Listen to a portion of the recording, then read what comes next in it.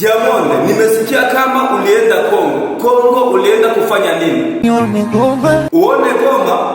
Ni kitu gani uliona Goma? Ni mengi majaribu. Eti majaribu? Wakazi walikuwa wanasema nini labda?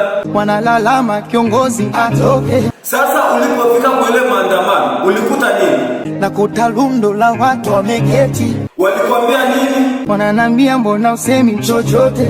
Kwani ulisema chochote? Ni bado mdogo sana. Eti wewe ni mdogo? Nani mwenye alikwambia kwamba wewe ni mdogo? Mama kanambia. Alikudanganya? Hebu niambie, nani mwenye alikuwa anachochea ule ugomvi? Binti moja kwa mitandao anachochea. Ili kupendeza au la? Iliniumiza sana. Sasa hayo maandamano yalikuwa na ukweli au la? Uongo na ukweli unashonwa. Maana yake ni kusema mengine hayana maana. Lakini Diamond, ningekuomba ufike na Bukavu. Niende wapi na mtoto wote? Jamani, tunaenda semea watu wa Bukavu Ni bado mdogo sana. Tena narudia ile kauli ya kusema wewe ni mdogo. Hebu sema kitu bana.